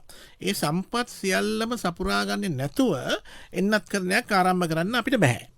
ඉතින් එතකොට මේ කොවිඩ් එන්නත් කරණය සම්බන්ධයෙන් පටන් ගත්තම සිරින්ජ එකේ ඉඳලා ඊට අවශ්‍ය කරන සිරින්ජස් එක විශේෂ සිරින්ජයක් අපි පාවිච්චි කරන්නේ. මොකද ඒ අවශ්‍ය කරන එන්නත් මාත්‍රාව නියමිත පරිදි සිරින්ජයකට ගන්න ඕන. ඒ මුළු හරි මාත්‍රාව රෝගියාට ලැබෙන්නත් ඕන. ඒ සිරින්ජ එක ඊට පස්සේ භාවිතා කරන්න බැරි තත්ත්වයට පත් කරන්නත් ඕන. ඒකට අපි කියන ඔටෝ ඩිසේබල් සිරින්ජස් කියලා. එක රෝගියෙකුට මේක දුන්නයින් පස්සේ දුන්නයින් පස්සේ මේ සිරින්ජය තව කෙනෙකුට පාවිච්චි කරන්නේ නැහැ. ඉතින් ඒ ඉතල ඉඳලා සියල්ලම අපි සූදානම් කරගෙන තමයි මේ එන්නත් කරන වැඩපිළිවෙලට අවතීර්ණ වෙලා තියෙන්නේ. වසංගත රෝග විද්‍යාංශයේ අවශ්‍ය කරන නිර්දේශ ඉල්ලීම් අනුව ඕන ඉල්ලපු හැම දෙයක්ම අපි සූදානම් කරලා තියෙනවා. විශේෂයෙන්ම මේ එන්නත් කරන මධ්‍යස්ථානවල හැම එන්නත් කරන මධ්‍යස්ථානකදීම තියෙනවා අපි කියනවා ඉමර්ජන්සි ට්‍රේ එකක් කියලා. ඒකේ තියෙනවා හදිස්සි අවස්ථාවකදී භාවිතයට ගන්න අවශ්‍ය කරන සියලුම ඖෂධ සහිත ට්‍රේ එකක්. ඒක මේ එන්නත් කරන තැන අපි සූදානම් කරලා තියෙන්න ඕන. ඒවා සියල්ලම අපි මිලදී අරගෙන සැපියම කරලා තියෙනවා. ඒ අනුව තමයි කරන්නේ. ඊටත් අමතරව මේ හැම එන්නත් කරන මධ්‍යස්ථානයක්ම අපි ඉලක්ක කරගෙන රජයේ වසංගත රෝග විද්‍යාංශය, සෞඛ්‍යාංශය ඊට අවශ්‍ය කරන හදිස්සි ප්‍රතිකාර යම්කිසි සංකූලතාවයක් ඇති වුණොත් එන්නත් කරන්නේදී ඒ අවස්ථාවේදී මේකට යොමු වෙන්න අවශ්‍ය පහසුකම් සලසාගෙන තමයි එන්නත් කරණය සිද්ධ කරන්න. විශේෂයෙන්ම අපි කියනවා හදිසි ප්‍රතිකාරයකදී අපි හිතනවා ICU බෙඩ් එකක් රෝගියෙකුට අවශ්‍ය වුණොත් ඒ ICU බෙඩ් එක පවා හිස් කරගෙන හිස්ව තියාගෙන තමයි එන්නත් කරන්නේ ආරම්භ කරන්නේ. ඒක නිසා මම බොහොම වංකීමෙන් කියනවා මේ සංකූලතා කියන එක එන්නත් කරන්නේදී මේ COVID-19 එන්නත් කරන්නේදී විතරක් නෙමෙයි ඕනම එන්නත් කරන එකදී මතුවෙන්න පුළුවන් දේවල් තමයි සංකූලතාවය කියන්නේ. මොකද එන්නත් නෙමෙයි අපි ගන්න සමහරක් අපි දන්නවා සමහරක් ආහාර ගත්තම ඒ ආහාරවලුත් අපිට සංකූලතාවය ඇති වෙනවා. එහෙම කියලා අපිට කෑම නොකා හිටියොත් අපි මැරෙනවා. ඉතින් ඒ ප්‍රායෝගික තත්ත්වයම තමයි මෙතන තියෙන්නේ. අපි කොවිඩ් රෝගයෙන් ආරක්ෂා වෙන්න ඕන නම් අපිට මේකට යන්න සිද්ධ වෙනවා. නමුත් ඒකේ මතුවන සංකූලතා පාලනය කරගන්න අවශ්‍ය පසුබිම සකස් කරගන්න නම් අපි මේක කරන්නේ. මේ සම්බන්ධයෙන් බිය යුතු නෑ කියන පණිවිඩය තමයි මට දෙන්න තියෙන්නේ. අනිත් එක ශ්‍රී ලංකාව රටක් විදිහට එන්නත් කරණයෙන් බොහොම ඉදිරියෙන් ඉන්න රටක්. ලෝක සෞඛ්‍ය සංවිධානයත් එක පිළි අරගෙන තියෙනවා අපේ කොවිඩ් එන්නත ගැන විතරක් නෙවෙයි හොඳ එන්නත් කරන වැඩපිළිවෙලක් අපේ රටේ තියෙනවා. ඉතාමත්ම දියුණු මට්ටමේ වසංගත රෝග විද්‍යාංශයක් අප සතුව තියෙනවා. විශේෂඥයෝ අප සතුව ඉන්නවා. අපේ සෞඛ්‍ය සේවාව හොඳයි. මේක අපි කියන දෙයක් නෙවෙයි ලෝක සෞඛ්‍ය සංවිධානය පවා පිළිගෙන තියෙන දෙයක්. මේ තත්ත්වයන් යටතේ මේ අභියෝගයට මුහුණ දීමට අපි කෙත් බිය යුතු නැහැ. ඊට අවශ්‍ය කරන දේවල් රාජ්‍ය ඖෂධ නීතික සංස්ථාව පැත්තෙන් සියලුම දේවල් අපි සම්පාදනය කරලා තියෙනවා කියන පණිවිඩය තමයි දෙන්න ඕන. ඔව් අපේ නෙත ගැටුණ මේ එක්සත් ජාතීන්ගේ සංවිධානයේ ළමා අරමුදලේ වාර්තාවලට අනුව කියවෙන තොරතුරක් පිළිබඳව එක්සත් ජාතීන්ගේ සංවිධානයේ ළමා අරමුදලේ වාර්තාවලට අනුව මේ කොවිඩ් ආසාදිත ළමා මරණ ගර්භණී මව්වරුන්ගේ මරණ ශ්‍රී ලංකාවෙන් වාර්තා වන්නේ නැහැ. ඒ අපිට සතුටුදායක විය යුතු කාරණාවක්. මේ තත්ත්වය අපි අඛණ්ඩව ආරක්ෂා කරගත යුතුයි. ඒ වගේම සඳහන් කරලා තිනවා අප්‍රිකානු සහ ලතින් ඇමරිකානු රටවල වසංගත රෝග පැතිර යද්දී ගර්භණී මව්වරුන් වගේම කුඩා දරුවොත් බහුල වශයෙන් මියගිය පුවතකුත් ඒ වාර්තාවල සඳහන් වෙලා තියෙනවා.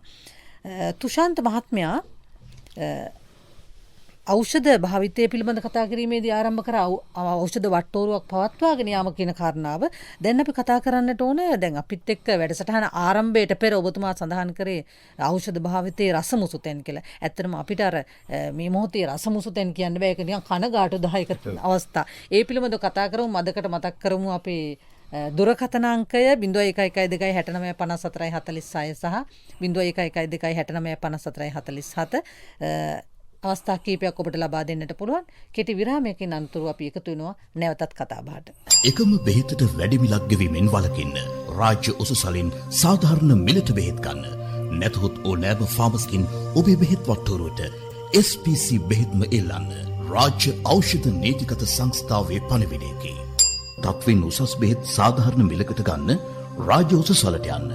නැතහොත් ඕනෑම ෆාමසිකින් ඔබේ බෙහෙත් වට්ටෝරුවට SPC බෙහෙත්ම එල්ලන්න. රාජ්‍ය ඖෂධ නීතිගත සංස්ථාවේ පණිවිඩයකි. තුෂාන්ත මහත්මයා කතා කරමු එහෙමනම් මේ ඖෂධ නිවැරදි ලෙස භාවිතා නොකර සිදු වුණු දේවල් පිළිබඳ මොනවද ඔබතුමාට මේ ජනතාව හමුවේ කියන්නට තියෙන්නේ? ඔතන මූලික වශයෙන් කියන්න ඕන 1789 වකවානුවේ ජීවත් වුණා ප්‍රසිද්ධ කායික වෛද්‍යවරයෙක් විලියම් විදරින් කියන වෛද්‍යවරයා. එතුමා කියලා තියෙනවා මේ ඖෂධ සම්බන්ධයෙන් හරිම ලස්සන වාක්‍යයක්.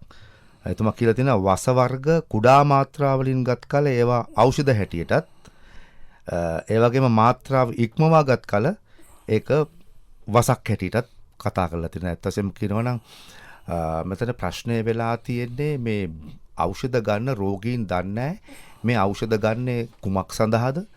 තමන්ගේ රෝගී තත්ත්වය මොකද්ද? ඒ රෝගී තත්ත්වයේ මොන ස්ථානයේද තමන් ඉන්නේ? ඒ වගේම ගන්න ඖෂධවල නම ඒක පැහැදිලිව අනිවාර්යයෙන්ම සෑම රෝගියෙක්ම දැනගන්න ඕන තමන් බොන ඖෂධවල නිල නාමය. අපි කියන ඔෆිෂියල් නේම් කියලා නැත්නම් non proprietary name කියලා.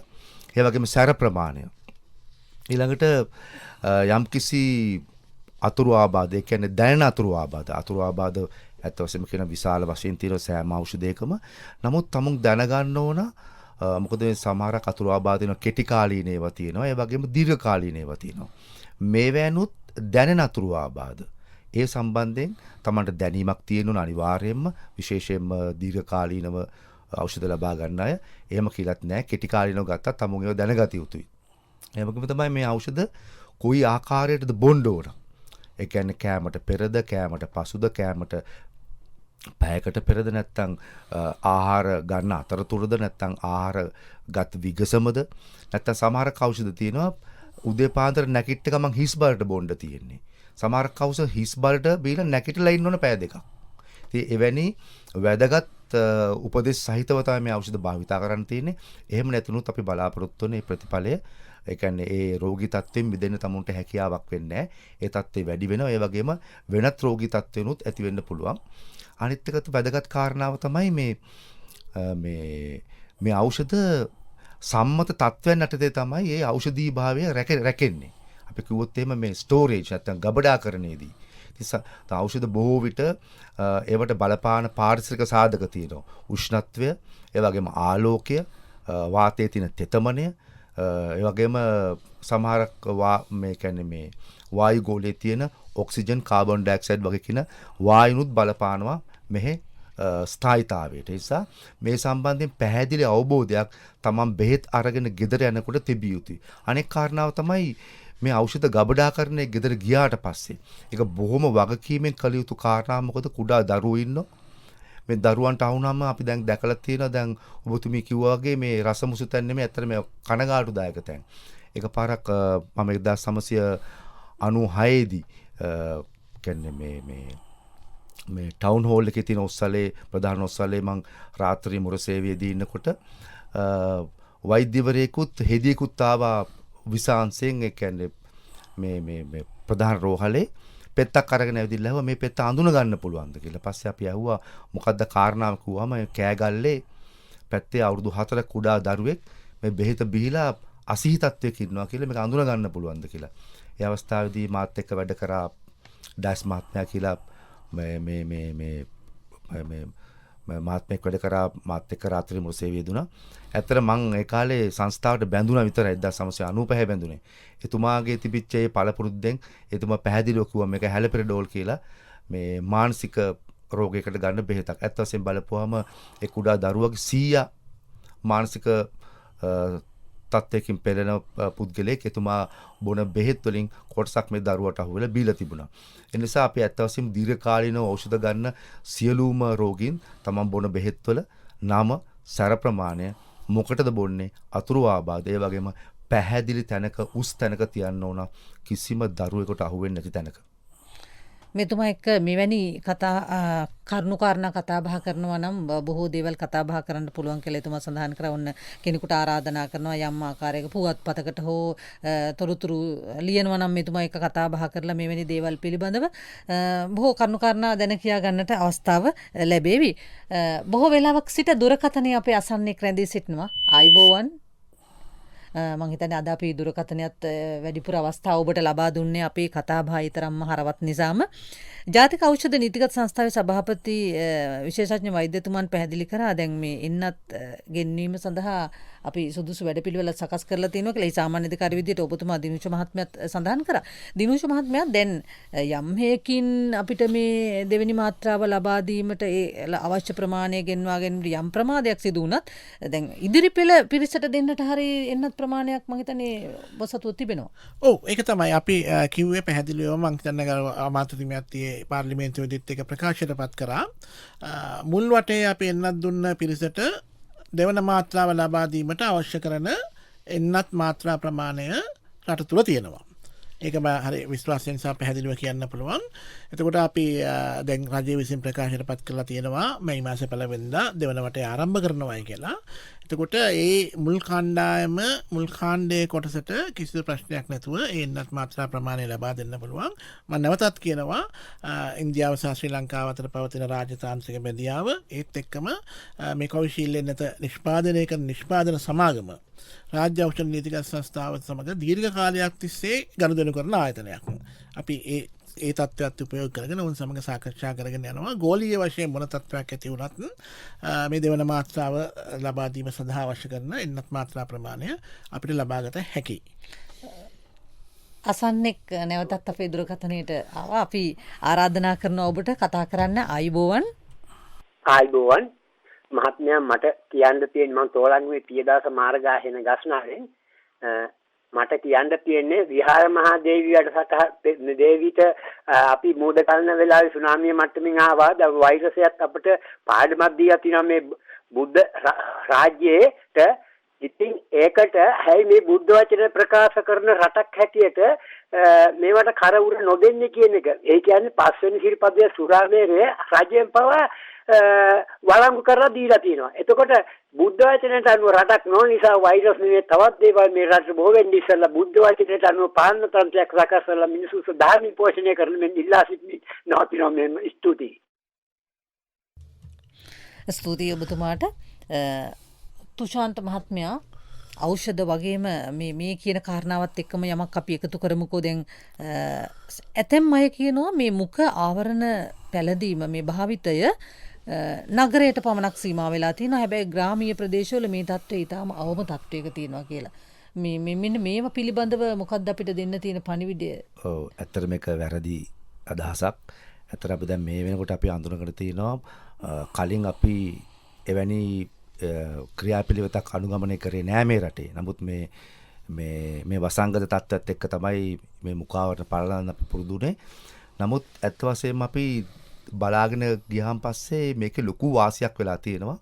හේතුව දැන් අපි වාර්ෂිකව අපි දැකලා තියෙනවා දැන් සාමාන්‍ය අපි ගත්තොත් එහෙම අවුරුද්දේ අන්තිම කාලේ කියන්නේ නොවැම්බර් දෙසැම්බර් ජනවාරි කාලේ වෙනකොට කාලගුණික විපර්යාසයන් රටේ ඇති වෙනවා. එතන මේ විපර්යාසයත් එක්ක බොහෝ විට ඇදුම රෝගය මොකද හීතල වැඩි වෙලා ශීත කාලයක් එන්නේ.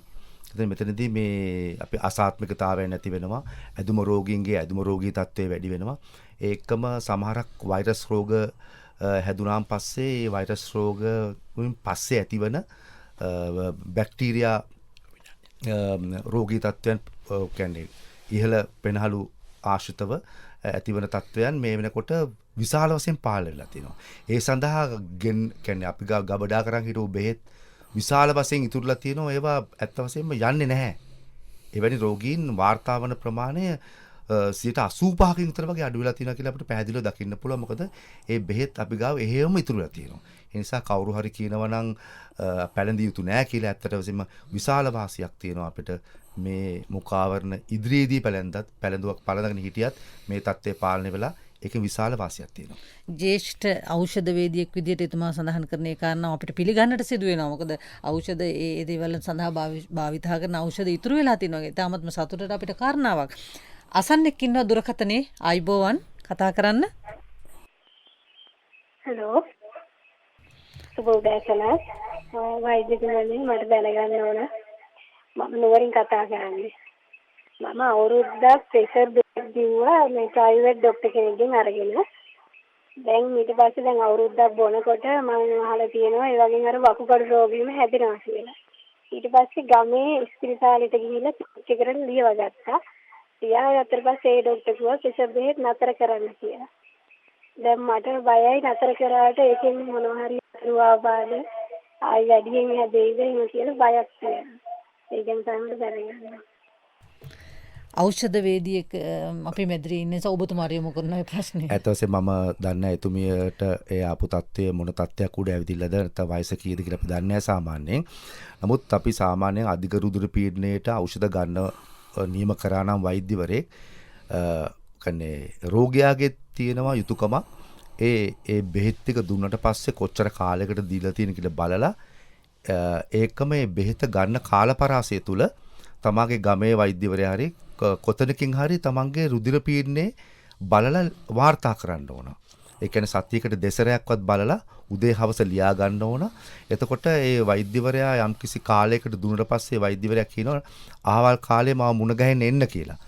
ඒ යනකොට බලා ගන්න පුළුවන් ඒ වෛද්‍යවරයාට ඒ වෛද්‍යවරයා නියම කරපු ඖෂධයෙන් අර කියන අධික රුධිර පීඩන තත්ත්වය පාලනය වෙලාද කියලා. දැන් බොහෝ වෙලාවට අපි ඊළඟ ක්ලිනික් එකට යනකම් නැත්තම් නැවත සැරයක් එන්න කියලා යනකම් අර බෙහෙත බොනව ඇරෙන්න අපි ඒකෙන් පාලනය වෙලාද නැද්ද කියලා බලාගන්නේ නැහැ. දැන් අර එතුම කිව්ව විදිහට බයයි කියලා කියන්නේ ඒ කියන්නේ මං හිතන්නේ කොයිම කාලයකදවත් එහෙම බලලා ලියාගෙන නැතුව ඇති. නමුත් සාමාන්‍ය තියෙනවා අධික රුධිර පීඩනයේට අධික රුධිර පීඩනයේ පාලනය නොකරගත්තොත් ඇත්ත වශයෙන්ම කියනවා වකුගඩු වලට බලපාලා වකුගඩු අකර්මණ්‍ය වෙන්න පුළුවන්. තුෂාන්ත මහත්මයා හොඳම කාරණාව තමයි ඕනම රෝගයකට තමන් ලබා ගන්න ඖෂධ අඩු කිරීම හෝ ඉවත් කිරීම හෝ සියල්ලම වෛද්‍යවරයෙක් හරහා සිදු කර ගන්න අවශ්‍ය කියන කාරණාව. සමහර ක්ලිනික් පොත් එනවා අපිට ආපුවම් පස්සේ බලා ගන්න පුළුවන් ඒ සීල් එකක් තියෙනවා ස්පිරිතාලයෙන් ගහනවා මේ નિયમિત දිනට පැමිණ නැත. ඒක පොත පුරාම වැදිලා තියෙනවා. ඔබට සිතා බලන්නට ඔන්න කරුණු කාරණා අපි දැනුම්පත් කර අවසන් විනාඩි කිහිපය දිනුෂ මහත්මයා දැන් අපි කතා බහ කරුත් එහෙම මේ ඔබ සතුව තිබෙන ඖෂධ බෙදා හැරීමේ ක්‍රියාවලිය කොහොමද දියත් වෙන්නේ? ඔව් රාජ්‍ය ඖෂධ නීතික සංස්ථාව විදියට ඖෂධ බෙදා හැරීමේ අපි අංශ දෙකක අපි ක්‍රියාත්මක වෙනවා. එකක් තමයි රාජ්‍ය අංශය සඳහා රජයේ රෝහල් සෞඛ්‍ය ආයතන සඳහා අවශ්‍ය කරන ඖෂධ ආනයනය කර ලබා දීම. එම ඖෂධ ආනයනය කරලා අපි රජයේ වෛද්‍ය සැපයීම අංශයට ලබා දුන්නායින් පස්සේ රාජ්‍ය අංශය තුළ බෙදා හැරීම ඔවුන් විසින් සිද්ධ කරනවා. ඊට අමතරව පෞද්ගලික වෙළඳපළේ විකුණන්න තියෙන ඖෂධ අලෙවිසැල් වලට අලෙවි කිරීම සිද්ධ කරන රාජ්‍ය ඖෂධ නීතික සංස්ථාව විසින්. විශේෂයෙන්ම මේ කොවිඩ් වසංගත තත්ත්වය හැම ඔබට මතක ඇති විශාල ඉල්ලුමක් ඇති වුණා ඖෂධ වලට. මොකද කොවිඩ් වසංගතය සම්බන්ධ වෙලා මේ රට ලොක්ඩවුන් වෙන ඒ වගේම හදිසි නීතියේ ඔය තත්ත්වයන් නැති වෙනකොට මිනිස්සු කන බොන දේ හොයන්නත් කලින් ගියේ බෙහෙත් ටික හොයාගෙන තමයි මිනිස්සු ගියේ. විශාල වශයෙන් අපේ අලෙවිසැල් වලත් කණ්ඩායම් එකතු වුණා. පෞද්ගලික අංශයේ අලෙවිසැල් වලත් කණ්ඩායම් එකතු වුණා. මෙතනදී කිව් යුතු විශේෂම තත්ත්වය තමයි පෞද්ගලික අංශයේ ඖෂධ අලෙවිසැල් විශාල වශයෙන් ඖෂධ තොග ගබඩා කරලා තියාගන්නේ නැහැ. මොකද ඒගොල්ලන්ගේ ඉඩකඩ කුඩා ස්ථානවල තියෙනකොට නමුත් අපිට හැකියාවක් ලැබුණා ඒ වෙලාවේ රටේ පැවතිච්ච ඉල්ලුමට සරිලන ආකාරයේ අපේ තොග වලින් මුළු ලංකාවේම ඖෂධයක් ඇති නොවන ආකාරයට කටයුතු කරන්න. ඉතින් දැනටත් අපි සතුව ප්‍රමාණවත් තොග තියෙනවා. අපි දන්නවා දැන් ඉන්දියාව අපිට ඖෂධ සපයන ප්‍රධානම සැපයුම්කරුවා. ඉන්දියාවේ තත්ත්වය එන්න භයානක වෙනවා කියලා අපි දන්නවා. නමුත් අපි මේ වන විටත් අපේ අවශ්‍යතාවයන් සඳහා අවශ්‍ය කරන ඖෂධ තොග ගබඩා කරගෙන තියාගෙන තියෙනවා. ඒත් එක්ක මේ තුෂාන්ත මහත්මයා කිව්වා වගේ අපි විශාල වශයෙන් අපි දැක්කා සාමාන්‍ය වශයෙන් යන ඖෂධ වැඩි පරිභෝජනය වුණේ නැහැ. ඒ රෝගී තත්ත්වයන් නැති වුණේ නැහැ මේ මුඛාවරණ පැළඳීම නිසා. ඉතින් මේක නිසා රට තුළ අවශ්‍ය කරන ඖෂධ අවශ්‍ය තරම් තොග තියෙනවා. සහ ඒවා රෝගීන්ට අවශ්‍ය පරිදි ලබා ගැනීමේ වැඩපිළිවෙළ සංස්කෘතිය ඔබට මතක ඇති. අපි මේ වසංගත රෝගී තත්ත්වය ඇවිල්ලා රට ලොක්ඩවුන් වෙච්ච වෙලාවේ අපි එක රැයකින් අපි WhatsApp මාර්ගයෙන් ඖෂධ බෙදා හැරීමේ වැඩපිළිවෙලක් හඳුන්වලා දුන්නා. ඒ වැඩපිළිවෙල අදටත් ක්‍රියාත්මකයි. ඕනෑම හදිසි අවස්ථාවකදී ඒ වැඩපිළිවෙල හරහා ගෙවල් වලටම ඖෂධ ලබා දෙන්න අපි සූදානම්ින් ඉන්නවා. ඒ කතාබහත් සමගින්ම අද සුභාරතී සංවාද මණ්ඩපයෙන් සමුගෙන යන්නට සූදානම් වන්නේ කොරෝනා වසංගතයේ මැඩලීම එන්නත් කරණය සහ නිවැරදි ඖෂධ භාවිතය පිළිබඳවයි කතා බහ කරේ. ජාතික ඖෂධ නීතිගත සංස්ථාවේ සභාපති විශේෂඥ වෛද්‍ය ප්‍රසන්න ගුණසේන මහතාටත් එහි සාමාන්‍ය අධිකාරී දිනුෂ දසනායක මහතාටත් ඒ වගේම ජ්‍යෙෂ්ඨ ඖෂධවේදී තුෂාන්ත ප්‍රේමවර්ධන මහතාටත් අපි බෙහෙවින්ම ස්තුතිවන්ත වෙනවා අපේ වැඩසටහනට සම්බන්ධ වීම සම්බන්ධයෙන්. අද වැඩසටහන නිෂ්පාදනය කළ සුධර්මිකා විජේරත්න, නව මාධ්‍ය මෙහෙවර ජගත් නවරත්න, තාක්ෂණික දායකත්වයේ රජීව නානායක්කාර මම ශාන්ති වීරසිංහ මතක් කරන්නම්. නීතියටත් එහා ගිය පුරවැසි වගකීම අපි නිසලෙස ඉටු කරමු. ආයුබෝවන් සුබ දවසක්. එකම බෙහෙතට වැඩි මිලක් ගෙවීමෙන් වළකින්න රාජ්‍ය උසුසලින් සාධාරණ මිලට බෙහෙත් ගන්න. නැතහොත් ඕනෑම ෆාමස්කින් ඔබේ බෙහෙත් වට්ටෝරුවට SPC බෙහෙත්ම එල්ලන්න. රාජ්‍ය ඖෂධ නීතිගත සංස්ථාවේ පණිවිඩයකි. තත්වින් උසස් බෙහෙත් සාධාරණ මිලකට ගන්න රාජ්‍ය උසසලට යන්න. නැතහොත් ඕනෑම ෆාමසියකින් ඔබේ බෙහෙත් වට්ටෝරුවට SPC බෙහෙත් මෙල්ලන්න. රාජ්‍ය ඖෂධ නීතිගත සංස්ථාවේ පණිවිඩයකි.